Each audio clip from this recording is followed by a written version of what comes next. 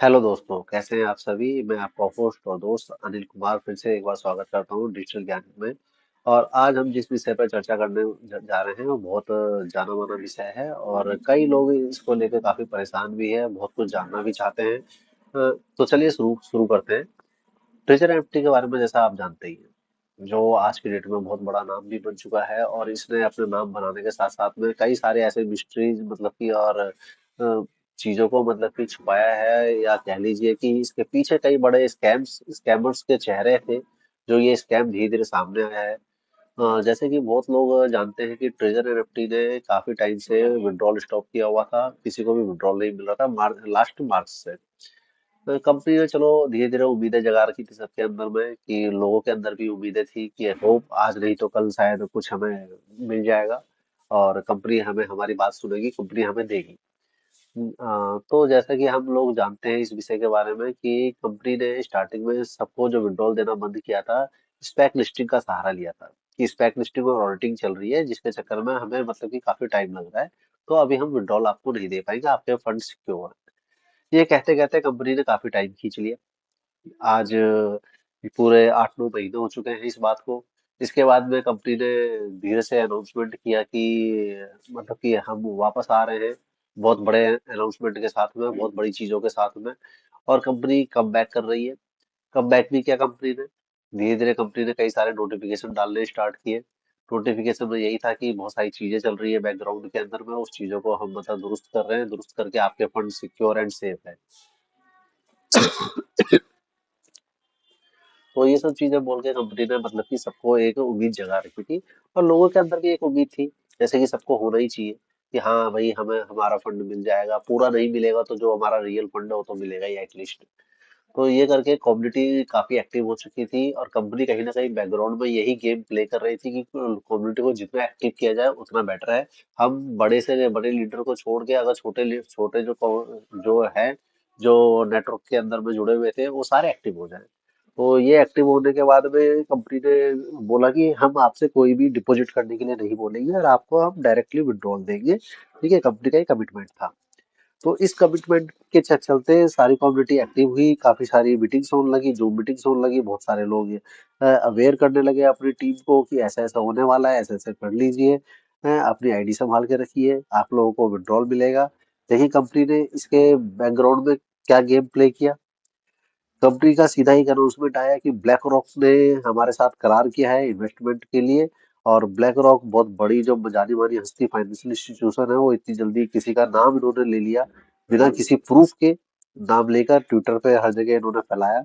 एक बार बीच में black rock की तरफ से स्टेटमेंट भी आया ट्विटर पे, एक्स पर, कि हमारे साथ ऐसा कोई भी करार नहीं हुआ है और हम किसी भी तरीके इस तरीके से मतलब कि हम इस कंपनी के साथ में बाउंड नहीं हुए, या हमारा कोई एग्रीमेंट नहीं हुआ है। ठीक है, वहां डिनाई किया कंपनी ने सीधा कि ऐसा कुछ नहीं हुआ है। लेकिन फिर धीरे धीरे दोबारा से नोटिफिकेशन आने स्टार्ट हुए कि अभी ऐसा पेपर वर्क नहीं हुआ था, ये नहीं हुआ था, एग्रीमेंट नहीं हुआ था। अब फाइनली हमारा एग्रीमेंट हो गया ब्लैक रॉक के साथ में, कंपनी के साथ में। तो हम काफी चीजों को मतलब कि अच्छा करने जा रहे हैं, बहुत अच्छी चीजें करेंगे। और फिर बीच में कंपनी ने नोटिफिकेशन डाला कि नहीं, हम कोई भी रीडिपॉजिट करने के लिए किसी भी यूजर को नहीं बोल रहे हैं, ओल्ड यूजर को। न्यू यूजर जो है उनके लिए डिपॉजिट वाला सिस्टम रहेगा, क्योंकि उनको काम करना है तो डिपॉजिट करके काम करना पड़ेगा, ये हर कोई समझ भी रहा था इस चीज को। तो चलिए हम भी मान रहे थे कि चलो ठीक है भाई, कि नया यूजर है, नया यूजर काम करेगा तो भाई डिपॉजिट तो करना ही पड़ेगा उसे, डिपॉजिट के बिना तो काम कर नहीं सकता हूँ। अब बात आई, धीरे धीरे ऐसे टाइम बीतता गया, एक एक दिन एकदम से मैसेज आया कंपनी की तरफ से कि जो ओल्ड यूजर है उन्हें अपना मतलब कि अकाउंट वेरीफाई कीजिए, अकाउंट वेरिफिकेशन कीजिए। अब अकाउंट वेरिफिकेशन में भाई कंपनी किसी चीज को क्लियर ही नहीं कर रही थी कि कहाँ वेरिफिकेशन करना है, क्या करना है, कैसे करना है। तो ये चलता रहा। अब ये चलता रहा तो दिमाग में कई कई सारी चीजें रहती है इंसान के। लेकिन एक इसमें बीच में क्या हुआ था कि जिनके आईफोन थे, आईफोन पे ऑटोमेटिकली सबके ऐप अपडेट हो गए। अपडेट होने के बाद में सारे ऐप जो ट्रिजर एनएफटी के बाद ट्रिजर फंड हुआ था, ट्रिजर फंड से ऑटोमेटिकली नोवा एनएफटी में कन्वर्ट हो गया। तो कहीं ना कहीं ये समझ में आ चुका था कि कंपनी ने एक और प्लेटफॉर्म तैयार कर दिया है बैकग्राउंड में बिना किसी को बताए। फिर धीरे धीरे नोटिफिकेशन में जब ईमेल आईडी देखने लगे, तो वहाँ नोवा एनएफटी करके आ रहा था। और सबसे बड़ी चीज है कि जो कंपनी की जो ईमेल आईडी है वो जीमेल पे चल रही है। सोचो इतनी बड़ी कंपनी कोई होगी जो इतने यूजर्स के साथ में चल रही थी, और उसका कोई मतलब कि अपनी खुद का मतलब एक्सचेंज नहीं है, खुद का वेबसाइट नहीं है, कुछ नहीं है, और वो एक जीमेल की आईडी पे चल रही है। तो कहीं ना कहीं पीछे तो बहुत सारी चीजें दिख रही थी, लेकिन हर कोई कहता नहीं कि भीड़ चाल में चलता रह जाता है एक दूसरे के पीछे। तो ये चलता रहा, कारवां चलता रहा ऐसे ही। अब कंपनी का नोटिफिकेशन आया सीधा कि भाई ओल्ड यूजर को 60 USDT से डिपॉजिट करके अपना अकाउंट एक्टिवेट करना है। अब ये एक्टिवेशन जो करना है, एक्टिवेशन के नाम पर उन्होंने डिपॉजिट मांग लिया। उसमें टर्म्स एंड कंडीशन क्या रखी कि हम आपका जो लॉक्ड फंड है, ठीक है, उसको धीरे धीरे मतलब कि हम अनलॉक करेंगे। 20% स्टार्टिंग के 6 मंथ के बाद करेंगे, 30% उसके 2 महीने बाद करेंगे, ऐसे करके, और 50% ऐसे करेंगे। अब ये चलता रहा, सबको समझ में आ गया भाई, कंपनी ने गेम प्ले कर दिया। कंपनी का क्या था कि 15 लाख यूजर ने भैया फटाफट नोवा में स्विच किया है। तो भैया 15 लाख यूजर से अगर 60 60 USDT भी आप जोड़ लो, ठीक है, हम 15 लाख को भी छोड़ देते हैं, अगर मान ली सपोज 5 लाख ने भी किया है, 5 लाख से भी अगर 60 USDT कंपनी के पास जाता है तो लाखों में यूएसडीटी कंपनी के पास फिर दोबारा पहुंच गए। और कंपनी ने एक बड़ा बिग स्कैम फिर से कर दिया। पिछली बार तो कंपनी 2 बार स्कैम कर ही चुकी है। ट्रेजर एनएफटी से कंपनी ने मतलब कि ट्रेजर फंड के अंदर में कन्वर्ट किया, वहां सबसे डिपॉजिट ले लिया, ठीक है, 50 50 USDT का। उसके बाद में भाई वहां पर स्कैम किया, फिर अब उसके बाद में नोवा एनएफटी उठा के ले आए। तो कंपनी ये ऐसे ही करती रहेगी।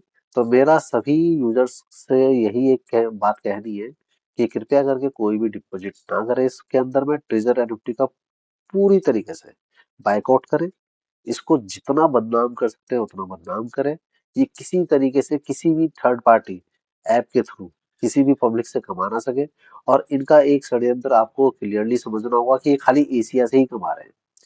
कोई भी बाहर की कंट्री का पर्सन इसमें इन्वॉल्व नहीं है, ठीक है, ना ही कोई ज्वाइन है।